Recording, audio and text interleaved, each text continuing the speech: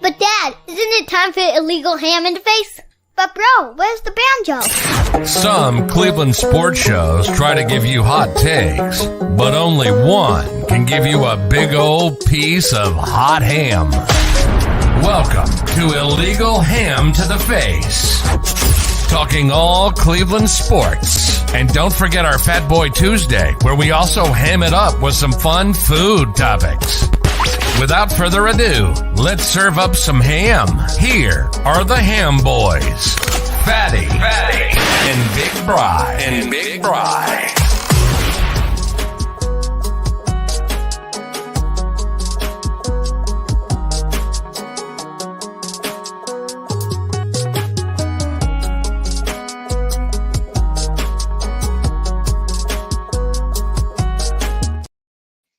What is going on, everybody? Welcome into Illegal Ham to the Face. I am that fat guy, Jared Fatty Bates. He is the big fella, Big Bri. What is going on, buddy? Hey, man. How you doing? It's another Victory Tuesday. Beautiful. I'll keep taking that every week, buddy. Definitely every week. Justin already chimed in the comments, said Browns are going to the Super Bowl. From your lips to God's ears, Justin. I'll take it. Eric Dunlap comes on here, says big dubs for the Browns, Bengals, and Bills. Chris is here. We're all set to go. What's up, Chris? All right. Our show is brought to you by hkeehl and Lake Erie APA and also City Dogs Cleveland. We have a new dog for you tonight. I believe there is only one more home game left in the season. Correct, Bri? Yeah. Right. Thursday against the Jets. I need everybody that's going to that game to please go visit 121. City Dogs has got a stand there. Please go donate to them. Grab some food there. They got a little beer tent too. They've been working there for the past few years that we've known at that nice little stand there. So please go help them out. Go visit them there. Make a donation if you can. Other than that, Bri, we always start our show with some shout outs. We made the big announcement last week that starting January 4th, we will be moving to Thursdays and be joining Network 216. And then other than that, Bri, it's just normal as it goes, buddy. I mean, having heart attacks during football games, multiple ones at that, especially the Bears, because I sent you the gif of Chris Farley doing the Baker's Dozen. And just because what a hell of a game that was. And man, oh man, it was actually crazy as crazy can be, Bri. We'll get into that here a little bit later. We're going to talk holiday foods or Christmas cookies and then holiday traditions for Fat Boy Tuesday. But like I said, we always start a show with some shout outs. So, Bri, you got any shout outs this week, brother? Let me undo a wrong that I had last week. I should have shouted this out last week and slipped my mind. A special birthday shout out to my niece Briella was her birthday on the 12th. So a week later, she was kind of under the weather. My mom was up there visiting all them for her birthday. So turned the big. Let's see if my math is correct. 11. Turned 11 years old. All right. So big deal. She's feeling better, thankfully. Now her sister's sick, but yeah. In case her dad wants to play this for shout out to Briella. Oh, that's awesome! Happy birthday. I only got nothing this week, Bri. I really don't. I just want to thank the snow gods for dumping about 3 to 4 inches on us on last night. That was nice to wake up to this morning and plow and shovel. You know how that goes, Bri. Mm-hmm. Other than that, bud, I got nothing. Just want to thank. Oh, I do have to send out prayers to Beth from City Dogs. They have some family stuff going on right now. So anybody that can just please send prayers to them. We got a new puppy tonight for the show, so just want to keep her in your thoughts and everything. Everything's fine. Just, they got some bad news. So sure. Justin said, send some of that snow my way. Well, Justin, you got to drive 5 hours north and you can find it. It'll be there. Shoot. He's down in Kentucky. If they even have a friend who's a teacher down there, I just talked to him the other day.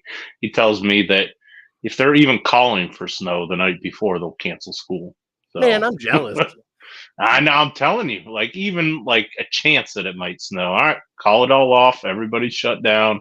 Take it easy for a day. Yeah, wouldn't that be nice? Yeah, we get the wonderful. Well, you could get 2 to 17 inches of snow. Schools are still on. Let's do it. Bus drivers are going crazy. Yep. Unreal how the other world lives, Bri. All right, Bri, let's get into our show tonight. Like I said, we have got a wonderful show tonight. We're going to start out with our trivia like we always do. That is brought to you by City Dogs Cleveland. So let me bring up the sounder here, Bri, for you as I shuffle through.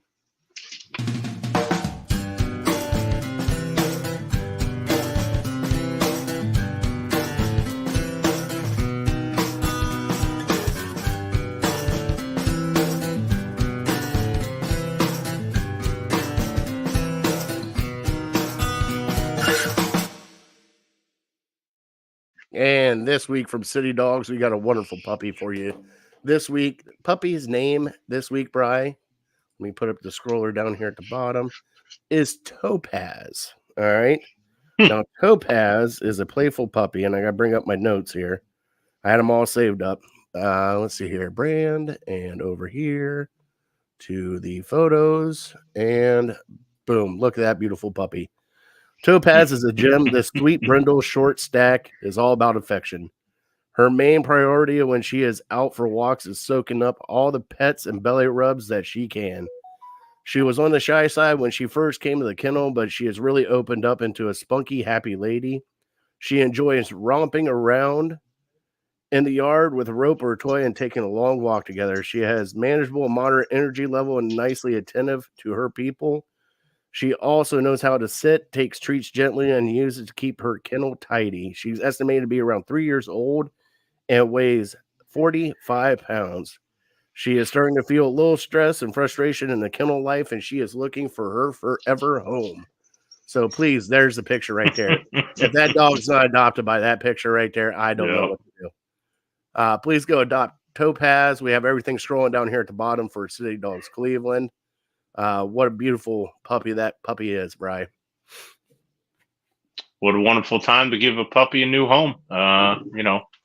When it's starting to get cold out, when they need a little extra loving, a little extra snuggling, bring them in. Make it the best Christmas present you've ever gotten. Oh, yeah. And, what the great thing is now, Bri, is I didn't tell you this. We found out through the network that Twitter now, you can comment on the show again. So we can start getting comments in here on Twitter now. So they got everything fixed. Oh, nice. And also we will have a new platform to be going off of. We will also be going off of our Instagram live account too. So if you cannot catch us on Facebook, YouTube, Twitter, we will also be on our Instagram account coming up. So Bri, I bet you didn't even know we had an Instagram account, did you? No, news to me. That's awesome. All right. You're the tech guy. Hey, not tech enough, but I just kind of go with the punches. Good enough for me. All right, Brian, what's the trivia for today, bud? All right. This one comes courtesy of the NFL Network. Pretty simple, straightforward. I'm looking for the quarterback with the most road playoff victories in NFL history. Sorry. So what was it? Oh. Most road playoff victories in NFL history. By a team? By a quarterback. By a quarterback. So Super Bowls don't count because it's on a neutral site. So all right. Yeah, gettable. I think it's gettable. All right. I got a little rebuttal for you. Now comes from I got two. I got one that Justin kind of gave me to get underneath your skin a little bit.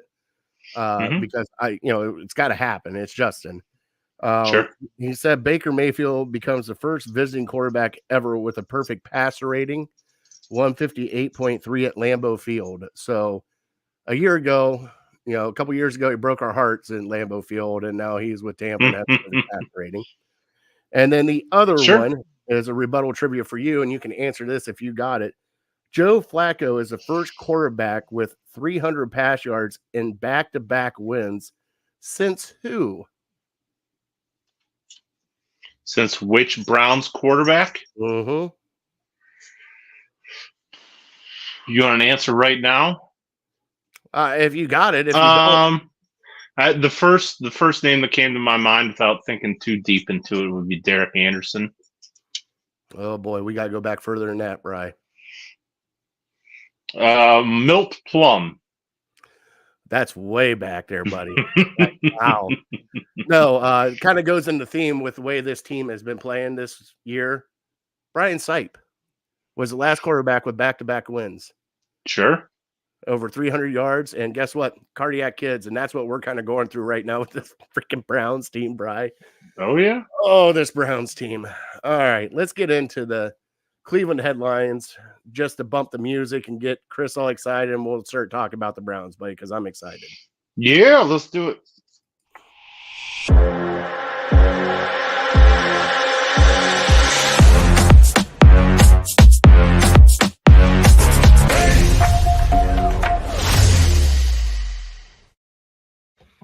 All right, your Cleveland headlines today is the Browns won 20-17 and a comeback victory against the Bears. And Bri really shut up somebody at work. Just that win right there.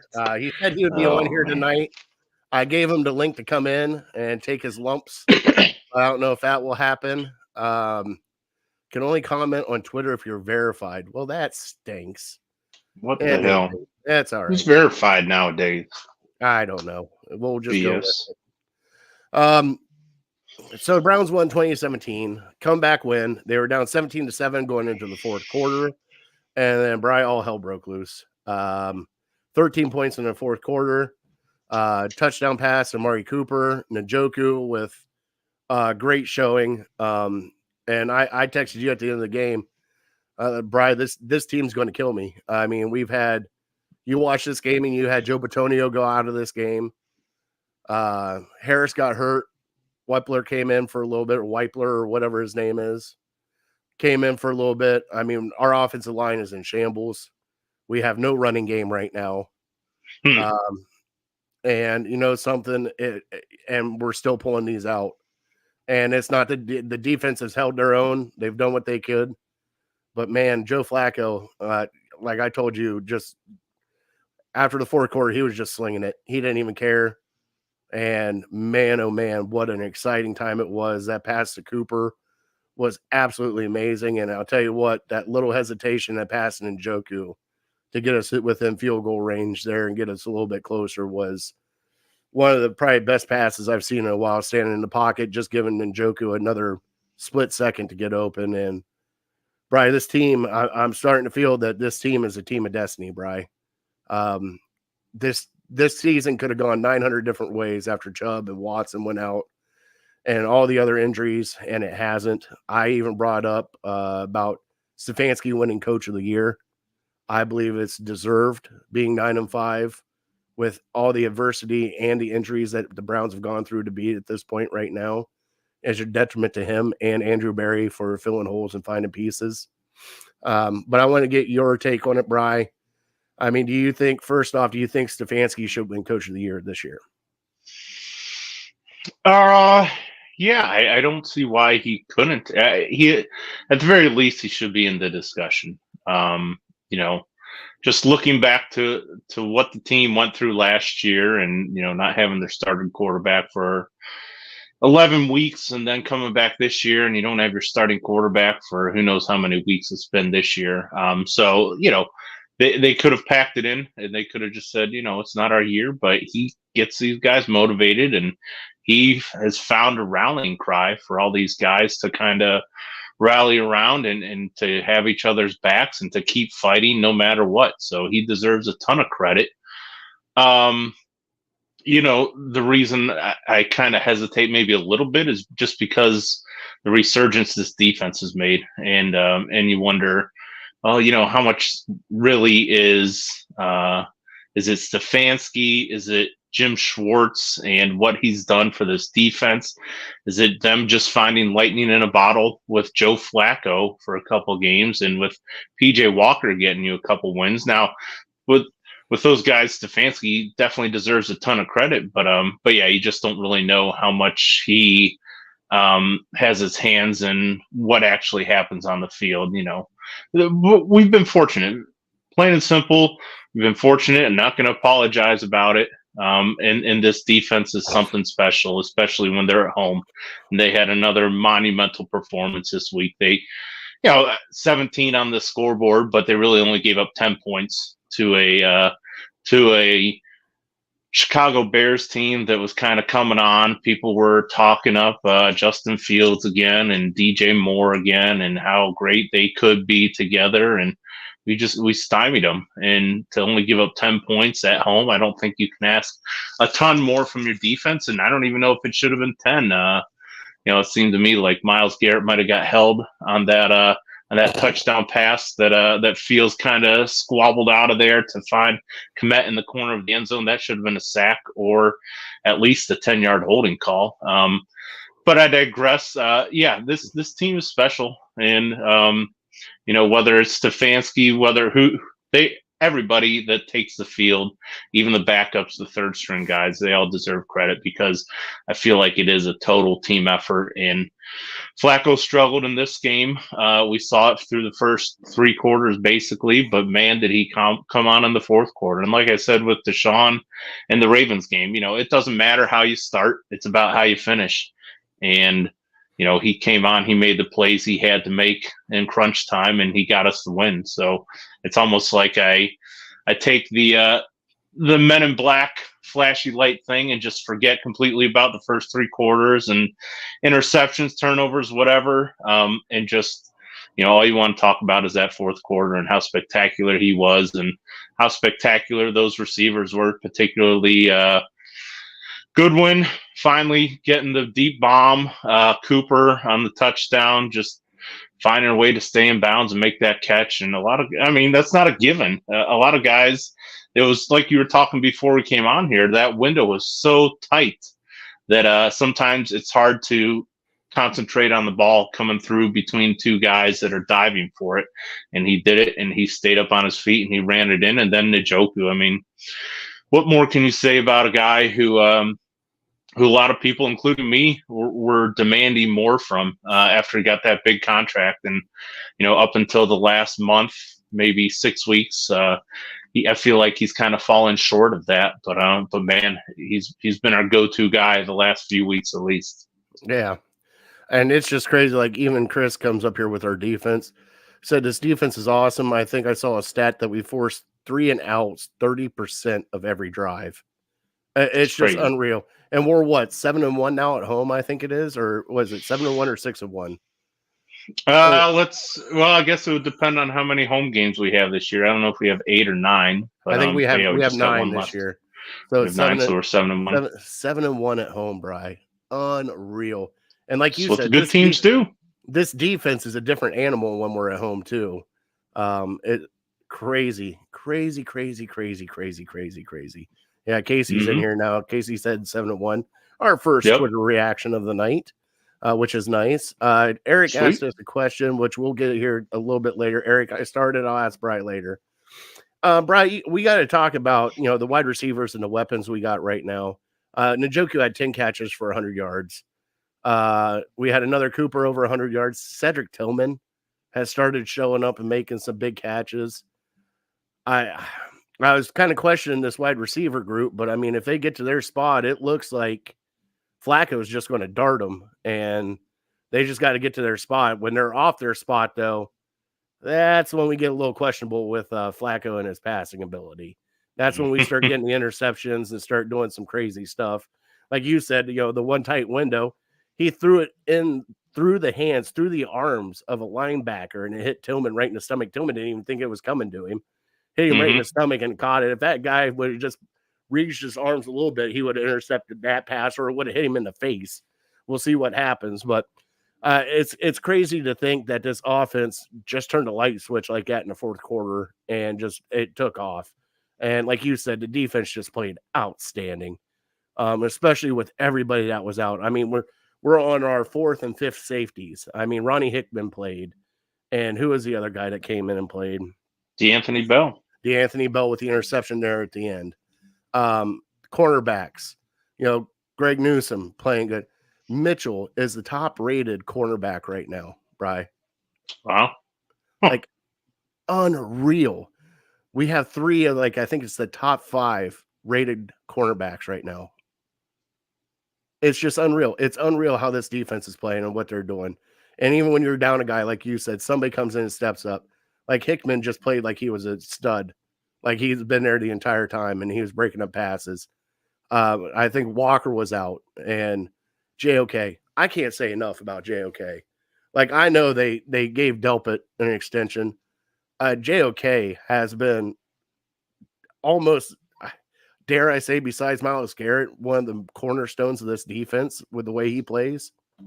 It's crazy, Bri. I mean, let's see what happens. Let's see if we can keep riding this wave that we're on. I mean, and then that's all it is it's a wave, Bri, because there's no roller coaster, however you want to put it. There's no smooth sailing to this season, and it won't be for the next 3 weeks. But I mean, what do you say about JOK and the way he's played this season, Bri? And how do you think he fares? Yeah, we were talking all last week about how this game has got to be a JOK game. He's got to step up. He's got the speed to kind of stay with Justin Fields a little bit. I know it's kind of a tall task to ask a linebacker, but he was our best shot, and so Fields got out and made a couple plays with his legs, but it's not like he made the big play with his legs. So you got to give JOK a ton of credit for that because I think he was tasked with kind of slowing him down a little bit. And then, he even got the sack where there was just a huge momentum changer, and, getting the pick there at the end of the first half he's just all over the field. He's a madman. And, we are just asking to see consistency from him this year. And I think we're finally seeing it. He's becoming a guy we can count on. And, if him and Anthony Walker are both healthy, those 2 guys out there, I think you feel very good about your linebacking core because honestly, in our defense, we don't ask our linebackers to do a lot. So if you can make a play here, you can make a play there, step up and get the team off the field on 3rd down, that's kind of where you make your money. And so yeah, I mean, a lot of people were questioning him coming into this year and, looking for that return from the high draft pick that we gave him. And yeah, I think he's answered it tenfold. And yeah, I don't know how you're not confident in this linebacking core going forward. I know we've always had questions with the linebacking core, Brian. It was Phillips, and I'm not saying Taki hasn't played well either when Taki's been in there. But I mean, we've always questioned, the linebackers that they draft and everything else. And when we got JOK, it was like, hey, he's little, he's like he's strong safety, all that stuff. Man, the guy is playing with his hair on fire. And I just love watching him play. Like he even recognized the one play where the running back wasn't even going to come out and just shot the gap and disrupted the pass of Fields. Just to have that acknowledgement, knowing what's going on and just having the green light to do stuff like that is truly amazing. And Chris said JOK has been the 3rd MVP of the team behind Garrett and Delpit. I mean, you can even throw Ward in there when Ward's played. I know he's injured right now, but even Denzel Ward being a shutdown corner because nobody's going to go after him. Now, Brian, we do have a saying that we always do, and I got to ask you right at the end of the game. We gave up a couple plays that we probably shouldn't have given up. We get down to where it's a Hail Mary right there in the end zone, Brian.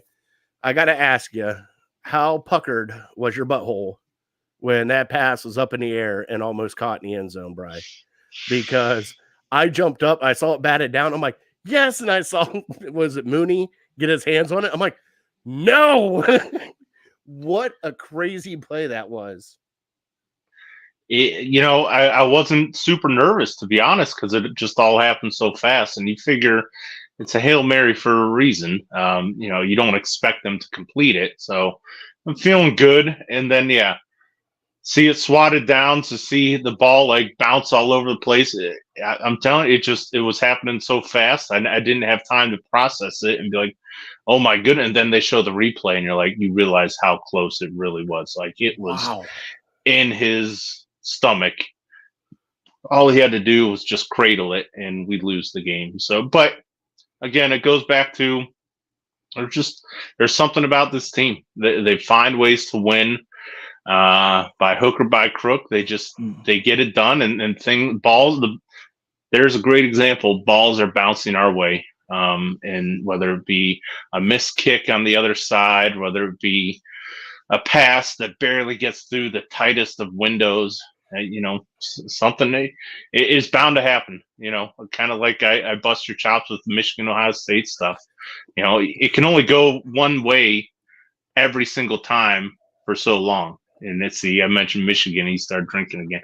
Eventually, it's going to start coming back the other way. Even us as cynical Browns fans, you got to figure you're not going to have bad luck for the rest of your life. So, finally we're starting to get the breaks that the Steelers are getting, and the Steelers are getting the breaks that we used to get. So it's kind of nice.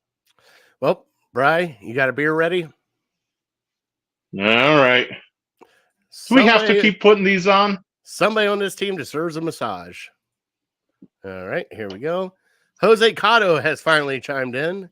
He said, "You're lucky you win." Well, yesterday's, it was Sunday's game. You got to be kidding me. Yeah, Jose. I knew he'd have come hard with the excuses. I just knew. That's why I'm glad you got to hear them and I don't. It's really funny. He goes, "We lost because we got Ohio State quarterback." I'm like, "Shut your face, Jose." I agree with Jose right there. Well, they got the wrong one. We'll see the other one this week. I told you after 2 weeks, I'm like, CJ Stroud is better than Justin Fields after 2 weeks. You didn't want to believe me. The thing is, though, is CJ playing? Because we're 2-point favorites going into Houston. I thought from what I saw, we were 2.5 point underdogs. No, I think it flipped. Unless it's switched. Yeah, look it up right now. Maybe there's come down with some news recently, but I thought we were plus 2.5. What I saw. Justin chimed in back said they lost because it's not 1985. Now you know how to stoke his fires. Start bringing up the 85 Bears. And now he's throwing this out there. He goes, "What are you guys going to do when you can't get out of the playoffs?" Oh, is Jose an Ohio State fan? He's starting to sound like Ohio State. Yeah. Good luck with your playoff troubles. I'll be sitting at home on my couch. Yeah, it's a good problem to have, Jose. Getting in the playoffs. You're not even going to make the playoffs. And I said, "Guess what? You're not even sniffing them right now. Where are you at?" 80% chance to make the playoffs as of right now. 81 maybe. I think the Bears are 5% maybe. So yeah, I'll take our position over the Bears' position as everybody would. Justin said we are favored by -1. Oh, okay. And he's still in protocol, and the Browns are 1.5. Casey said. And so we are favored. I think Jose's picking up on our talking because he said if you were to block the edge by Barry, you would allow Sunday. Here you go. What's the point in making the playoffs if you can't make it past the first ride? See, you're just speculating at this point. I'll take it. I'll take having a great team over having a bunch of questions and some high draft picks. Well, we don't have those draft picks, so that's also the other thing is I don't care. That's what I'm saying. I'll take having a great team over a bunch of high draft picks and unknowns. Who knows what Caleb Williams is going to be? Who knows what whoever else they draft in the top 10 is going to be? All right. We've been there before. Didn't work out. No. Bri, do you have So have they. Yeah, well, yeah, trust me, so have they. Mitch do you have Trubisky. any big takes that you want to bring up for this game, bud? Well, you got to go pee, or you just want? No. For me, it comes back to the defense. This was a defense game, and we've seen it before where the offense is sputtering and defense keeps you in the game until the end, to where you can start getting it rolling. And that's exactly. I mean, it was classic case that defense will keep making plays. You just can't shoot yourself in the foot too many times as an offense. And we tried with some INTs in the first 3 quarters, but they kept us in the game. And then the veteran quarterback came through when he had to, and made plays. And he leaned on his veterans. He leaned on the guys that are getting paid a lot of money, and they made plays for us. So I couldn't be happier. And the offensive line wasn't great, but they were good enough, and they kept Flacco clean when they had to. Yeah, we got to talk about Batonio getting hurt. I mean, that left one starter from the beginning of the season left on this offensive line. It's crazy. I mean, we're in our 4th, 5th, and 6th tackles. We're in our 3rd guard. We're on our 3rd center now. I mean, it's been crazy. And then, like, the run game, Bri, I'm concerned about the run game. I know they're stacking a box and making us try to pass it, but it's just like we got nobody running right now, bud, and it's unreal. I mean, we had 20. What was it? Team stats. We had 29 rushing yards, Bri. 348 passing, 18 carries.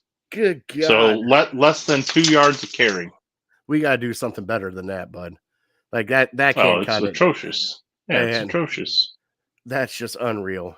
Just jeez, Bri. That's it does sound like Batonio is hopeful that he can play this week, so that's good.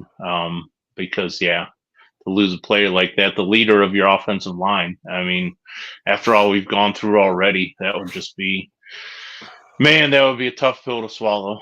But if he's out there Posick, I think maybe there's some potential. Maybe there's some optimism that he can be back either this week or next week. Maybe they hold him out, because with that Thursday game, you don't know if they're looking forward to the future. Like, hey, he just needs a couple more days, and then we'll put him out there on Thursday. But Nick Harris is a serviceable backup. He's filled in at guard and at center and done a pretty good job. So I'm not as concerned about our starting center. But then again, if you put Nick Harris on the line, then you take him away from his fullback position. So that kind of weakens us a little bit there on the short yardage runs. Yeah, and Brian, they made Montez Sweat look like an all-pro, even though he is a very good player. I'm not saying he's not. But what did he have, like 4 sacks that game? It was like a Myles Garrett game. And we felt like it. All right, Brian, we got to get into it. Now, I know, Stefanski's making the push for defensive player year for Myles Garrett. All right. And I know he hasn't really gotten a sack in the past couple games because his shoulder's hurt and all this stuff. Man's still playing his ass off. He's still playing great. Probably one of the best defensive linemen in the league right now. Can we finally get somebody to stop swallowing the damn whistle on Myles Garrett? Like, if he is not getting sacked, he's getting held all the time. And they're just not calling anything. And this is with 2 people on him. Like, he got tackled a couple times in that game when he had his hands on Justin Fields. And just nothing. Why can't they call this holding? Like, they don't even call it. Like, TJ Watt, normally his sacks are wide open because people forget to block him for some odd reason. But Myles Garrett's fighting through everything. And it seems like every time he's in a pass rush, he gets held and they just swallow the whistle. Is it because he's just too much of an athletic freak that they're just like, well, he's an offensive lineman that can rush the passer fast. And he's just, he's a god. Let's just be honest. Like, he is built different than anybody else. I mean, he can do a speed rush. He can do a power rush. I feel bad for him because he deserves to be defensive player of the year. But also at that point in time, the refs have got to understand that you do have to call some calls. I know he is a big, big man and he is a bad man, but you got to make some of those calls because it's just blatant anymore. Like, it's bad, Bri. Yeah, it goes, honestly, to me, it kind of goes back to the Legion of Boom way of thinking. And their thought was, well, they're not going to call pass interference on every single play. So we'll just pass interfere until they start to accept it. And so I feel like that's how it is with these offensive tackles and Myles Garrett. Like, just keep holding them. Let's just keep holding them. They're not going to call me they're not going to every single time, every single play, pull out the yellow flag. If I just keep holding them, they'll only call the super egregious ones. And so that's what offensive tackles are doing. And I think, unfortunately, Myles maybe did himself a disservice by calling out the refs last week. We all kind of wanted him to do it and to stand up for himself. But yeah, I think, unfortunately, these refs have an ego, and they knew that Myles called him out or the refs out, and they weren't going to do him any favors. And last week I didn't watch it as much. It was kind of like maybe late in the game. I was like, man, I haven't heard Miles' name a whole lot, or he hasn't had much of an impact.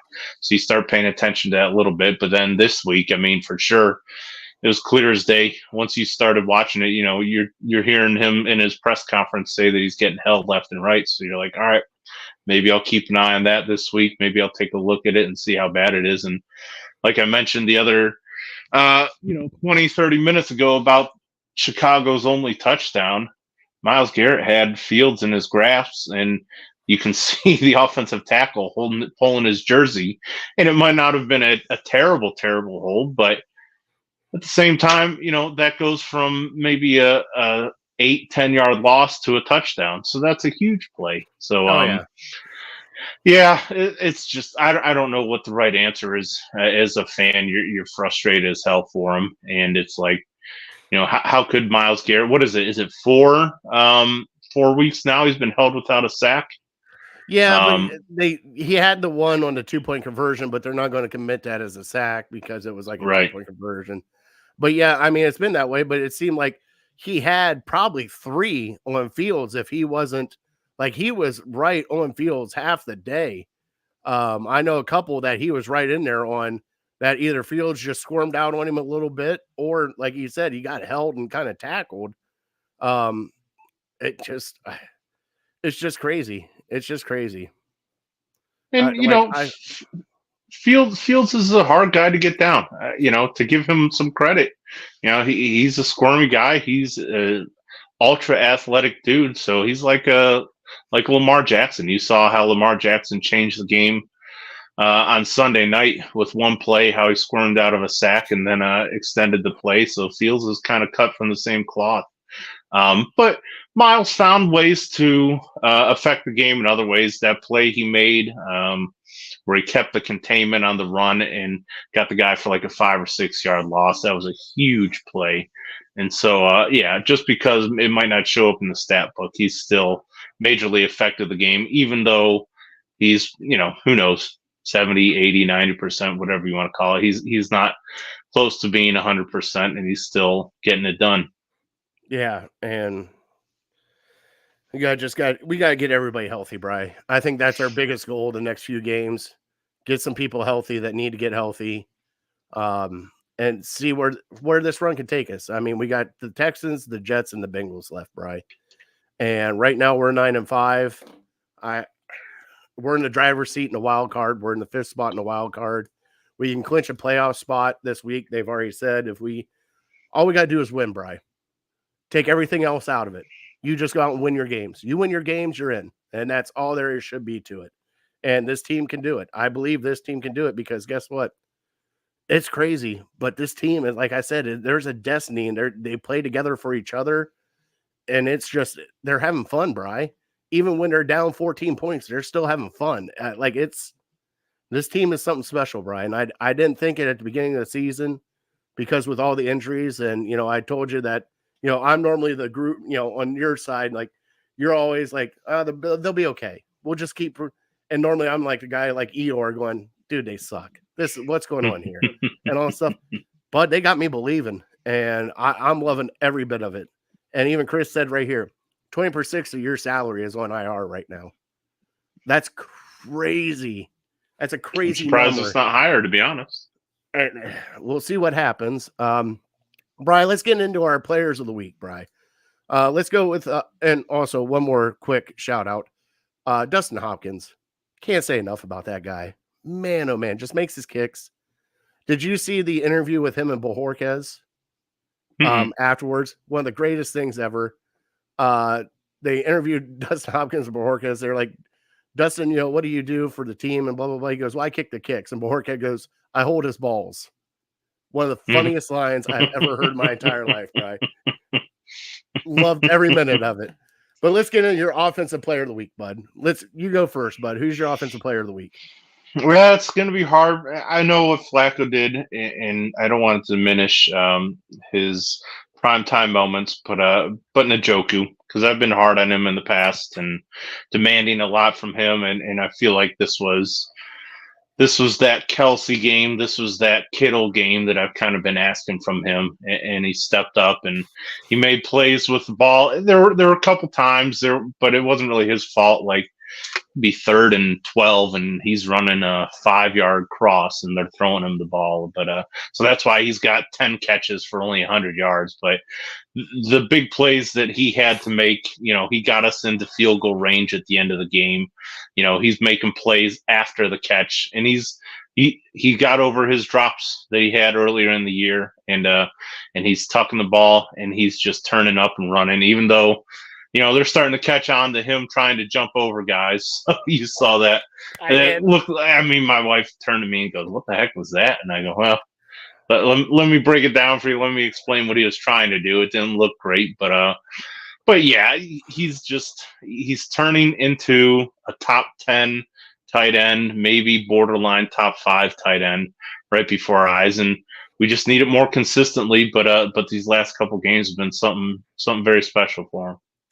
Yeah, and like you said, it's Njoku all day. 10 catches, over 100 yards. The catches he did make were truly amazing, Bri. Especially there at the end. I hear Lil whining. Mommy's home. Mama's home. Yep. All right. No, he's come on the past few games, and it's like you said, he's had the drops a little bit earlier in the season. A couple games that we were kind of yelling at him for making the drops, but man, he's catching everything right now, and the catches that he's making, Bri, are like the big catches. Those are the 3rd down catches. Those are the catches that are getting you in the red zone. Those are the catches where you're 2nd and 14 and you need at least 10. He's making that catch. It's good to see because we paid him that contract. We were kind of curious because you and I both were kind of like, is he really that kind of top tight end to get paid that kind of money? And something, he's proven it now, Bri. And the thing is, but he's only 27 years old. Like he was here for like the 0-16 season, wasn't he? No, I think so. He was drafted the same year as Miles. So is that his rookie year? You might be right. Let's see here. 2017 was that? I believe so. It might have been. I don't know. Either he was 1-15 or 0-16 because we have back-to-back first overall picks. Yeah, I know. So it might have been his rookie year, 0-16. State. 2017 NFL draft. Mm-hmm. So yep. Which one was that? 0-16? No, I think 0-16 was 16. So that was 1-15. Yeah. Still, I mean, from 2017 to present, so he's been here 6 years. And he's only 27. Like there's still more. Came in. I mean, super he's young. Still got 5 more years and just unreal. Defensive player of the game, Bri. Who you got? I'm going to give it to Denzel Ward. I think, and it wasn't all him, but when I think of the Bears and how they get rolling on offense, I think it's with Justin Fields' legs, and I think it's with a wide receiver, number 1 guy like DJ Moore. And DJ Moore, we held in check for the most part. He had 4 receptions for 52 yards, so he's had the same stat line as Tillman. And I think he calms down our secondary with the safeties out and the other cornerbacks kind of being up and down a little bit. They've played very well, but they've had some moments where they kind of get burned and you wonder what the heck they're thinking. So I think just having him out there and that veteran presence, and he's having a heck of a year. And so I think just having that extra cornerback, that stud cornerback to have there when your safeties are down, I think that really helped a lot.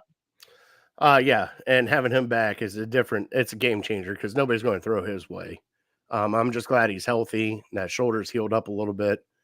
But Bri, mine right now, bud, and I got to go with this because not a lot of people talk about him and this defense, and he has been a game changer. If you take away Justin Fields' 30 yards, the Bears only rushed for 58 yards the entire game.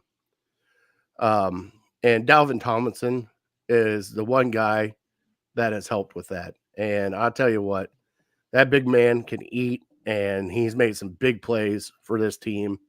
And I'm going to give him the game this week. I think him stuffing the run right up the middle, it's just crazy.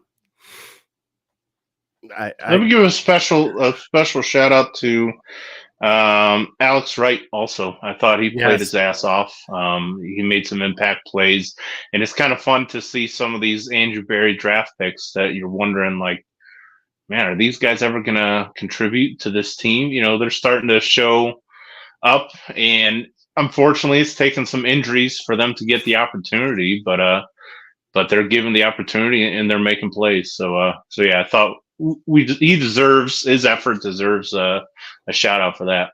Oh, heck yeah. Yeah, definitely. All right, Brian, let's look ahead to the Texans. We got the Texans coming up. CJ Stroud's still questionable. We'll see what happens with that. We are going to Texas. Let's see what this defense can do on the road. They've been kind of sketchy on the road, especially with Denver and LA the past couple games. See if they can pick it back up for the last little bit of stretch. What are your takeaways that we need to do to get a Browns victory against the Texans?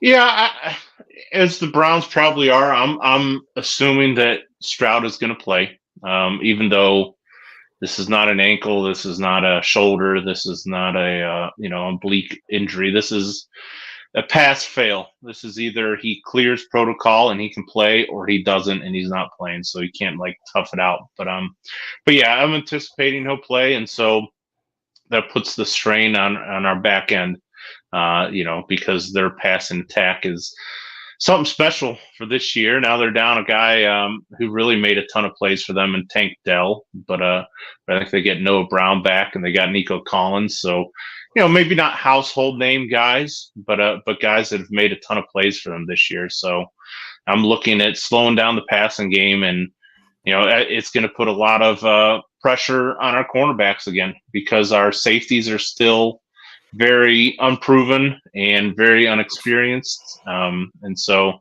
yeah, Ward, Newsome, you said Cam Mitchell's grading out really well. That's terrific to hear. But yeah, just slowing down their passing game, because if you're not careful, they can go for 300, 350 pretty quickly with some of these big plays. They're kind of a big play offense that way. You know what I just realized when you said Cam Mitchell reaching back to me? I meant Martin Emerson. Oh, okay. Gotcha. All right. Well, that would make more sense. I was like, damn, Cam Mitchell's killing it. Jeez. Well, and I kept, because Martin was his first name, and I wanted to say, and it just like, my bad. Hey, guess what? We have it up here for a reason. Let's just bring it up. Let's just, there's a fatty fail right there. I'll take ownership of that fatty fail there. I still don't even know to call him. I'm still confused whether I call him MJ Emerson or Martin Emerson. So, yeah, I understand where you're coming from. What the hell do I call him? For me, Bri, I think the keys to this game, Bri, is one, you got to get healthy. You got to get, Bitonio healthy. Nick Harris, if he's okay, I know he's going to be a little bit banged up. Even if Postage is coming back. You need to get healthy, and also you got to keep with everything that's in front of you. Normally I've been beating down the drum of you got to run the ball, you got to run the ball, you got to run the ball because you're a running team. I'm taking that away now.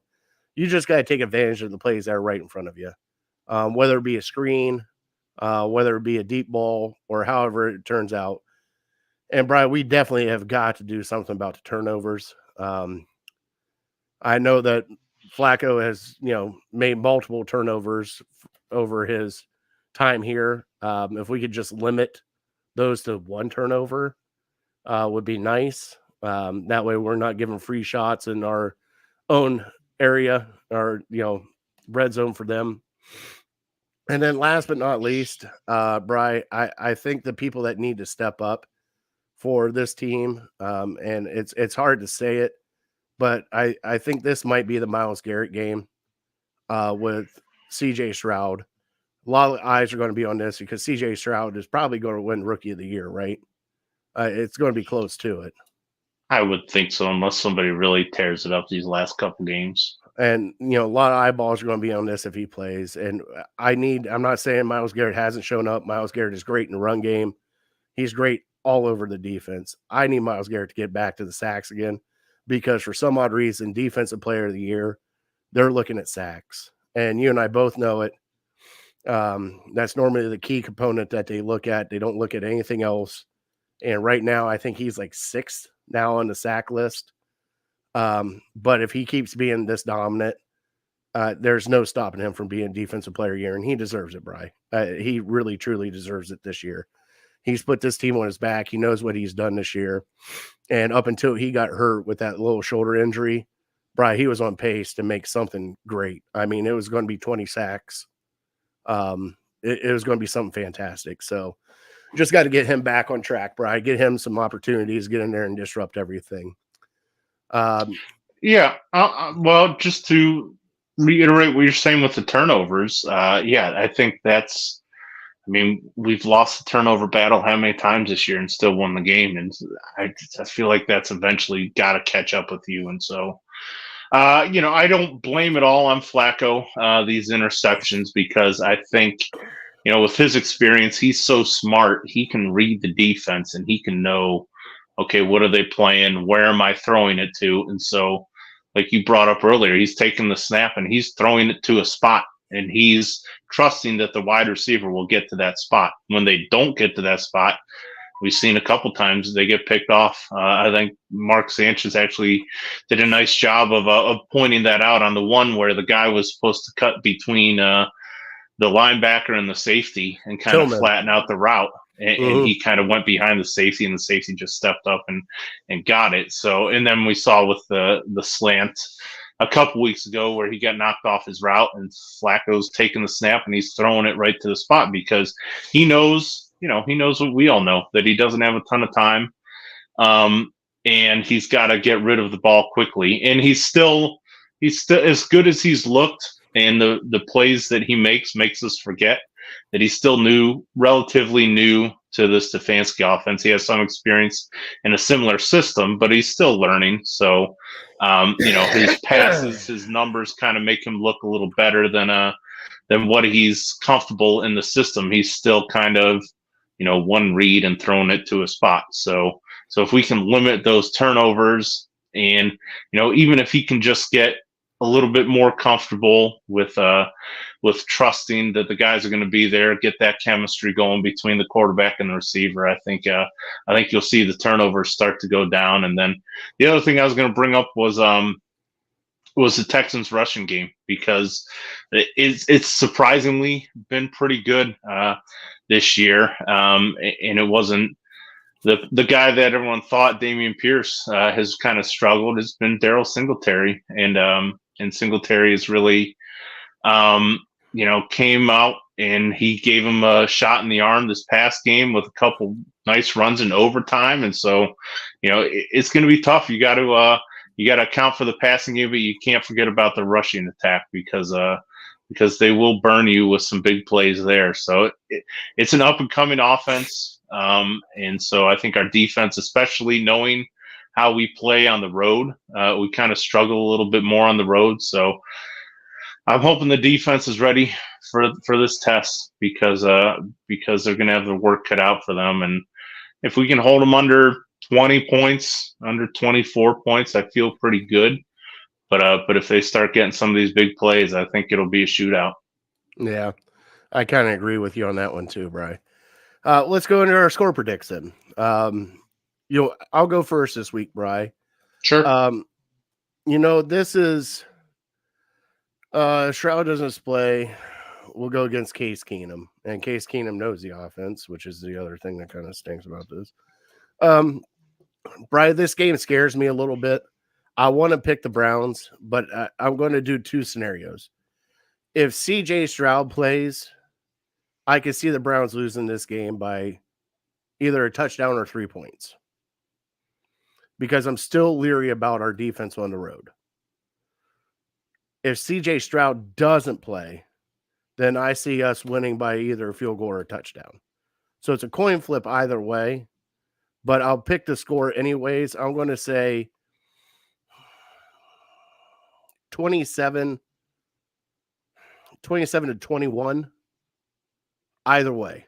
I'm kind of limbo because if CJ Stroud plays, I think Houston will beat the Browns, and the last 2 games of the season are going to be the most important for the Cleveland Browns. And it's not that the Browns won't play well or anything else. It's not that I'm downing on the Browns. And I just think they rode so high after that comeback win, and they've been flirting with disaster for so long that I think this game might sneak up on them and catch them, Bri. Yeah, that's where I'm at too. Unfortunately, I have a similar score. I have 26 to 20.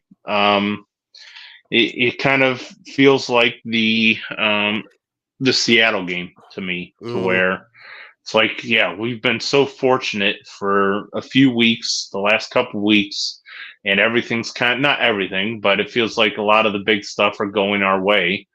And it's like, it's just a matter of time before that luck runs out. And I don't want to downplay the players' efforts and just call it luck, but yeah, sometimes the ball bouncing your way is kind of, what some people might think is luck, but yeah, it's just, eventually you can't keep getting away with all this stuff. And the Hail Mary last week, it's like, dodged the bullet there. And if you think back to the Seattle game, we were in that thing, we were controlling it up until the end, and then they had one drive, and that's what lost us the game. And I feel like it's kind of maybe going to be a similar script to where we're in this game the whole way, but at the end they might make a play, or we might have a play go against us, a call against us, and it's too much to overcome. Yeah. I kind of agree with you there, Bri. We'll see what happens. Hopefully we're wrong. It's on Christmas Eve. Might as well have a Christmas miracle. I mean, it might be a blowout. Hopefully it's a blowout. Hopefully it's 45 to 13, and we just have, see what happens. Now, Justin, you got to stop that. He goes, I say what Bri is saying, I get accused of not being a Browns fan. It's not the way you say it. It's how you say it, Justin. What do you say? The thing. No, he said if he says what Bri is saying, he goes, he gets accused of not being a Browns fan. It's the way you say it, Justin. It's just put that way. He openly roots against Browns players. I don't openly root against Browns players. That's the difference. I know. It's okay. It's okay. All right, Brian, we got to get into our fantasy football update before we get into Fat Boy Tuesday. Our illegal ham to the face fantasy football update. We are in the playoffs now, and we had a bye for Phil McCracken and a bye for Harold Kheel. The 2 matchups that we had here were Elijah Moorhead against Always Next Year. Elijah Moorhead comes out on top, 130-95.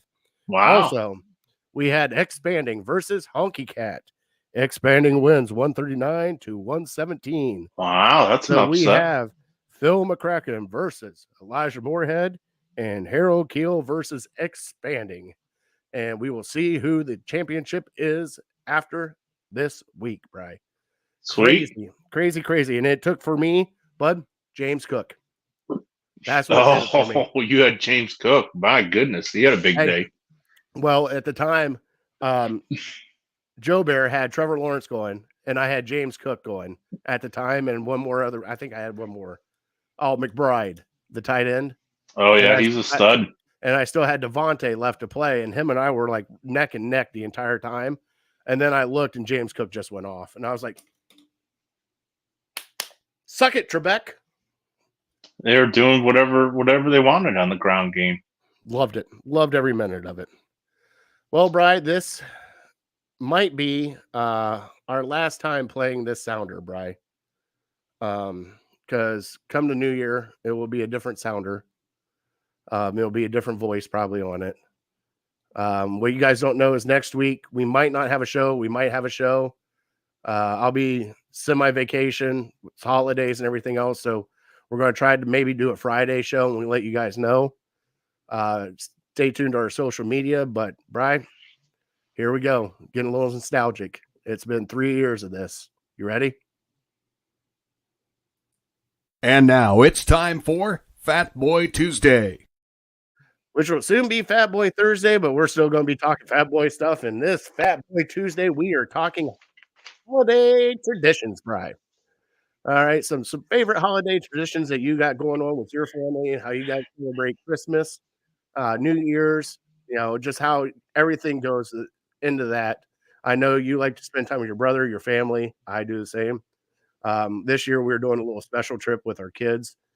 We are going to Florida for winter break, getting the kids knocking off some things on their bucket list. They're going to fly for the first time. They're going to get Nice. for the first time.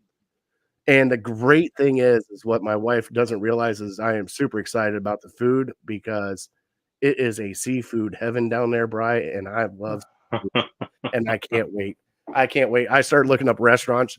She goes, I'm looking for activities, dude, and you're looking up restaurants. Bri, they got oyster bars, sushi bars, little shacks on the strip, and everything else. I'm just all excited. So I can't wait. But normally Yeah. for me, holiday traditions like my sister, this past Friday, I think it was, she always does Christmas cookies. She takes the sugar cookies, does all the frosting on them, makes Christmas cookies that way. We always get Chex Mix from my aunt, which bird food, gotta love that. Every year, I look forward to it. You get a bag of that thing, you just sit on the couch and eat that. Always my dad coming up here doing Christmas morning with my kids, and enjoying the morning with us then. Do you have any special traditions that you have, bud? Oh man, there's so many. It's almost too much to count.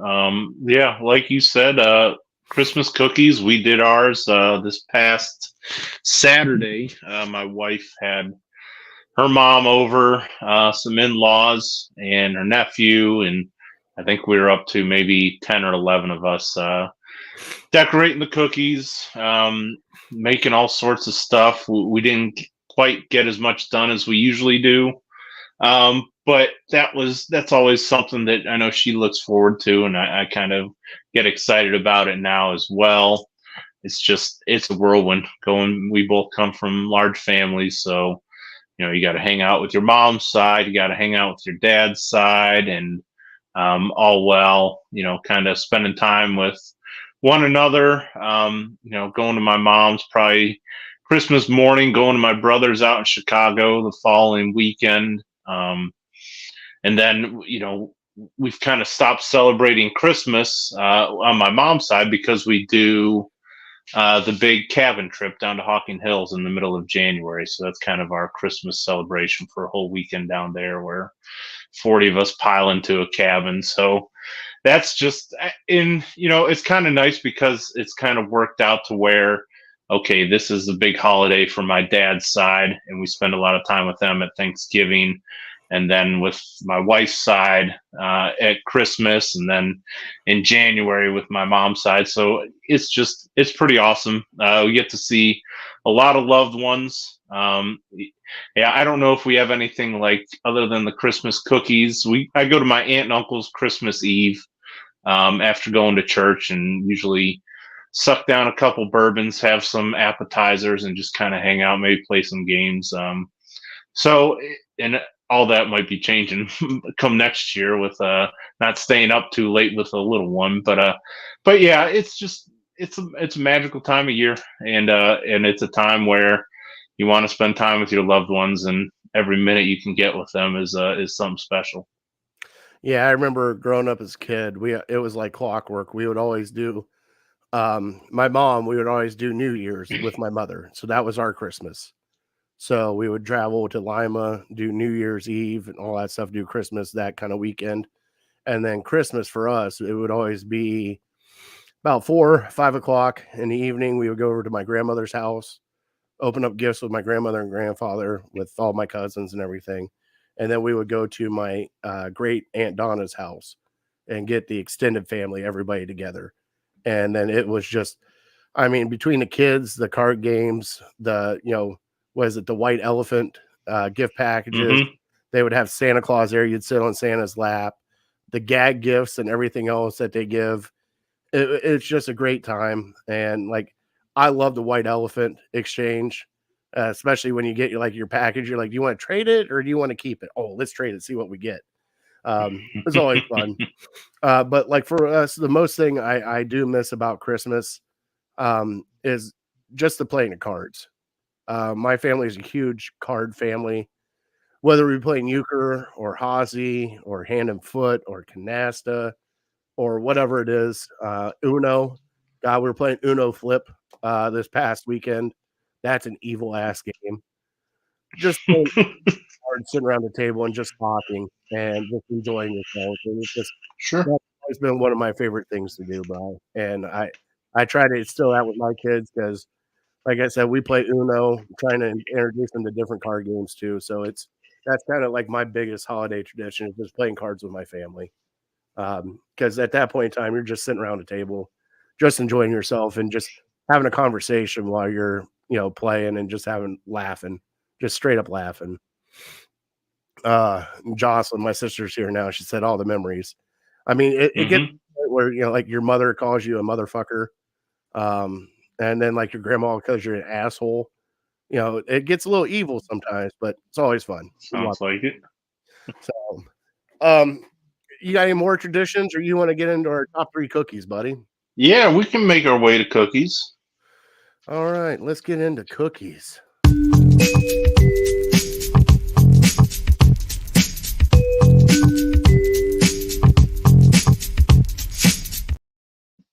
All right, Bri, it's our top 3, and this time we decided top 3 Christmas cookies, Bri, and there is plenty to go around.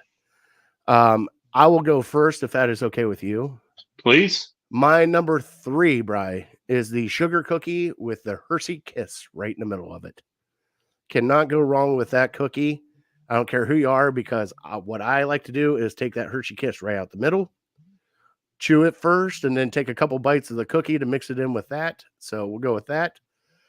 Next one, my sister makes some really damn good cookies, the sugar cookies with all the frosting and everything else on them. Can't go wrong with them. And then last but not least, Bri, you got to go with the little rum balls. Those little devils, you get a couple of those guys, and especially if somebody's got a heavy hand with that rum, you're going to be feeling those things a little bit later. So those are my top 3 Christmas cookies, Brian. What about you? Yeah, I'm with you. It's a staple. It's the we call them peanut butter blossoms. I don't know what other people call them, but with like you were saying, the Hershey Kiss in the middle. Yeah, and just you see it and you automatically think of Christmas. So that's got to be up there for me. Also, I'm going Buckeyes. My mom used to always make Buckeyes when I was younger. Nice. For Christmas. I think I've told the story here where she'd roll them up and then she'd stick them in the freezer for a couple days, and I'd always go in there and just help myself to these little. They're at that time, that was before they put the chocolate on them, so they're just peanut butter and powdered sugar balls, but still damn good. So that was my number 2, and then my number 1, I wanted to go a little different, and it's technically I have them at Thanksgiving time, but it's my cousin Betsy makes these. I don't know if you'd even call them cookies, but let me break it down for kind of what they are. They're, those chow mein noodles? So it's those chow mein noodles, and it's butterscotch and peanuts, and you kind of mush them together. They're called, I think she calls them like a bird's nest or something like that, if that makes sense. Have you ever seen those before? Have you ever had these? No, but that sounds delicious, dude. Oh yeah, bird's nest. It's chow mein noodles. It's butterscotch, like they're kind of tossed in butterscotch, and the whole thing's a butterscotch color. And then there's also peanuts in there. The issue is when you're eating them, it's just a mess. You take one bite into them, and it kind of all falls apart. So you got to be careful eating it. But yeah, definitely one of my favorite cookies of all time. My sister calls them haystacks. Haystacks. Yep. Okay, so she knows what I'm talking about. Yeah, they're awesome. With those, don't you just stuff them in one at a time so you don't have to take it just a little? No, bite? I mean, I don't. The ones I get, they're substantial. They're a little bit bigger. So, and plus with the chow mein noodles, can get a little dangerous cutting your mouth up. Touche. I get it. I don't know. It's been a while since I've tried it. Anyway, I know that's fine. I can't wait for it. We got to go back to one of our starred comments, Bri. Eric Dunlap asked us, who is your MVP of the league this year, Bri? Golly. I have to pick a player. To me, it's Kyle Shanahan. But if I have to pick a player, as much as I don't want to, I'd probably say Lamar Jackson. I think it's kind of a toss-up between Lamar and Brock Purdy, don't you think? Probably, but yeah, I don't know. I Here's haven't another one. honestly. Christian McCaffrey. Yeah, right, and that's the thing. Like, is it Purdy? Is it McCaffrey? It's kind of the system that has provided all that, but yeah, I haven't looked close enough at Purdy's numbers and compared them to other quarterbacks. If he's right up there, if he's towards the top of the league, then yeah, I wouldn't have a problem giving it to him.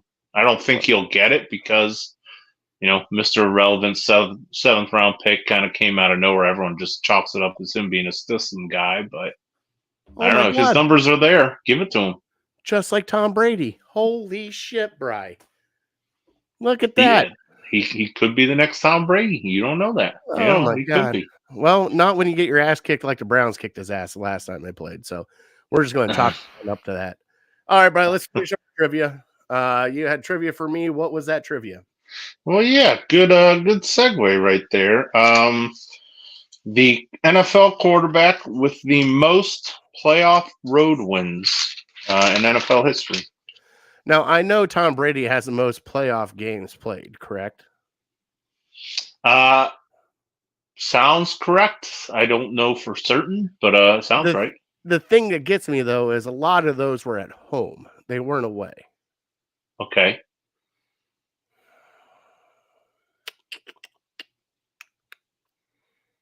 But I got to go with Tom Brady because he's had the most in the playoffs, and that's just kind of off my head. It was either Tom Brady or Peyton Manning were the two that I had in my head. You are correct. Tom Brady's one of them. There is a second one. If you can pull that out of your butt. It's not Peyton Manning? Not Peyton Manning. Nope. Good guess. Away. Is it our time period? It's in our lifetime. We've seen this guy play. Yep. Recently? It's in our lifetime.